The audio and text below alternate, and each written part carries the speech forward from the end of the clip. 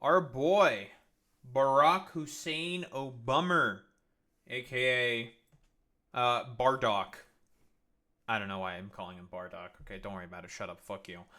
What do we have here? He's talking to, I believe this is Mark Maron. And as we all know, Mark Maron, we previously did a video about him where he specifically spoke about the sort of tendencies of a lot of comedians to basically engage in like really idiotic fucking cancelable sort of behaviors for the express purpose of just like grifting. The broader consequences of conservatives sullying comedy, I think, for lack of a better term. Because let's be honest here, if there is one group of people that are good at basically killing off any form of creative medium, it's conservatives. And this is a constant pattern of behavior from fucking conservatives. It was a fantastic video there. Points there that Mark Maron was bringing up when speaking to Howie Mandel, I believe, where he was just like bitching, moaning, and complaining about getting canceled or whatever.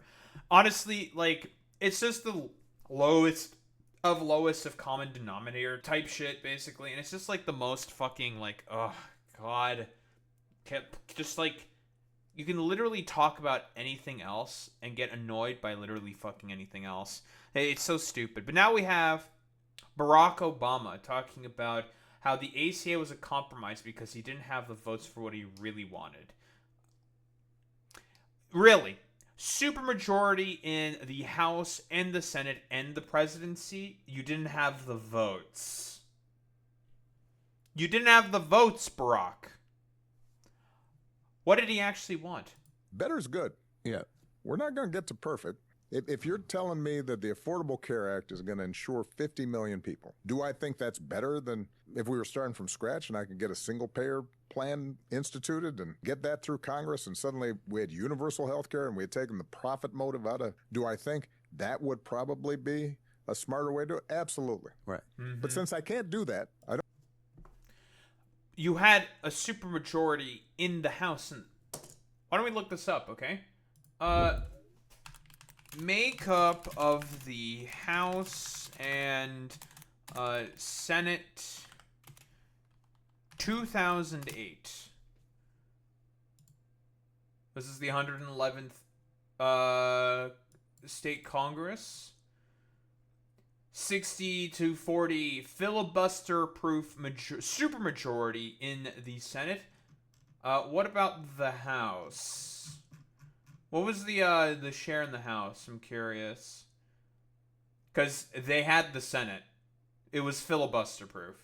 They could pass anything they want through the Senate.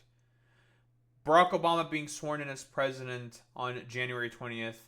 This gave Democrats and a overall federal government trifecta for the first time since 1993. Did they also have a supermajority in the House? Because, again, like I said before, if it is both House and fucking Senate, there's no excuses. You can just do whatever the fuck you want, man. Like, it's over. You can just do anything. Like, it doesn't matter. Like, you can just pass whatever legislation you want. It's over. Like, just saying that you don't want to fucking pass a single-payer healthcare system and would just prefer to do the ACA and compromise for no reason, that's a fucking excuse. It's just nonsense from this motherfucker. Because in reality, he took all the progressive momentum that he had going into just winning the presidency and decided to just let it all peter out and ultimately amount to fucking nothing. It's actually fucking insane. Like, he could have done it, and he just chose not to. It's insane. I don't have the votes for that. How about this? Yeah, we can make it better. We can make it better. This sense that things aren't worth it unless we get everything we want is either a recipe for disappointment in a democracy, but also maybe in life, or it leads to this weird... Okay, but the problem is that you could have done it. You could have done it. You self-admitted that you could have done it. You just said you could have done it, and you didn't do it. You decided to capitulate up front and compromise. That's why people fucking hate you and the current fucking existence that the Democrats could have right now. Just the upfront, inherent, just desire to capitulate to anything and everything possible is why people fucking hate you motherfuckers and why you have a record low fucking approval rating. It's actually fucking insane. Cynicism where you just withdraw entirely. And that's part of what happened to too many of our folks. We decided, all right, if I'm not going to get everything, that justifies doing nothing. Better's good. Yeah.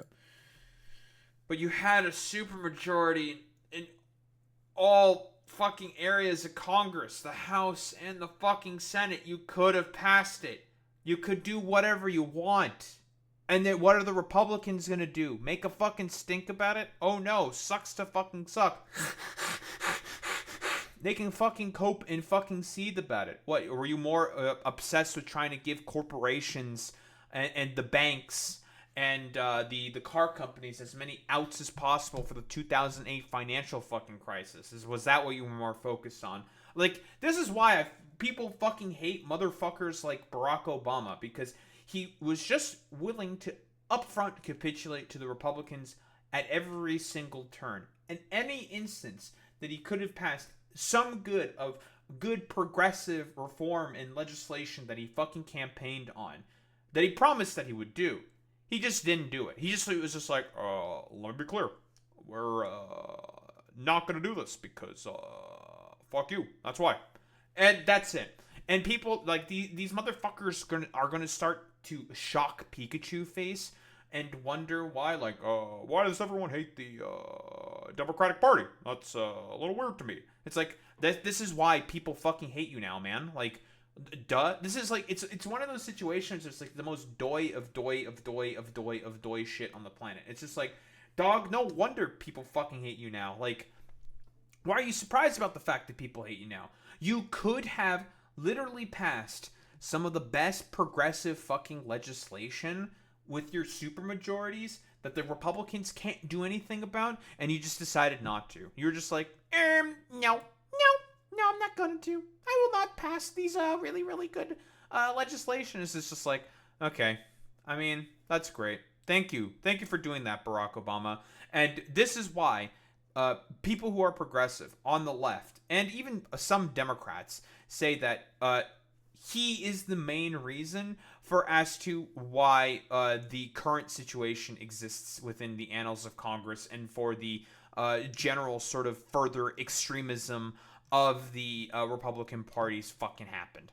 You are the fucking reason why, Barack, because you were just like, I'm just gonna capitulate up front constantly to the Republicans for like literally no reason and give them exactly what they want. So again, fuck you, Barack Obama. You suck balls. No one fucking likes you.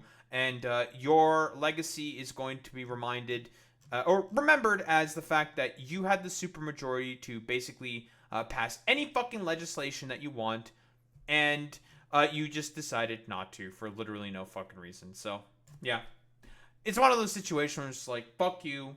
You had a hand to play in all this, and you fucking suck. And this is why people, if they want the Democratic Party to become something that is much better, they need to fucking leave this piece of shit in the fucking dustbin of history and have a constant reminder of what could have been and what was not allowed to go through because of this dipshit snubbing old progressive sort of momentum that was helped catalyzed because of him in 2008. You can't fucking hate people like Barack Obama enough.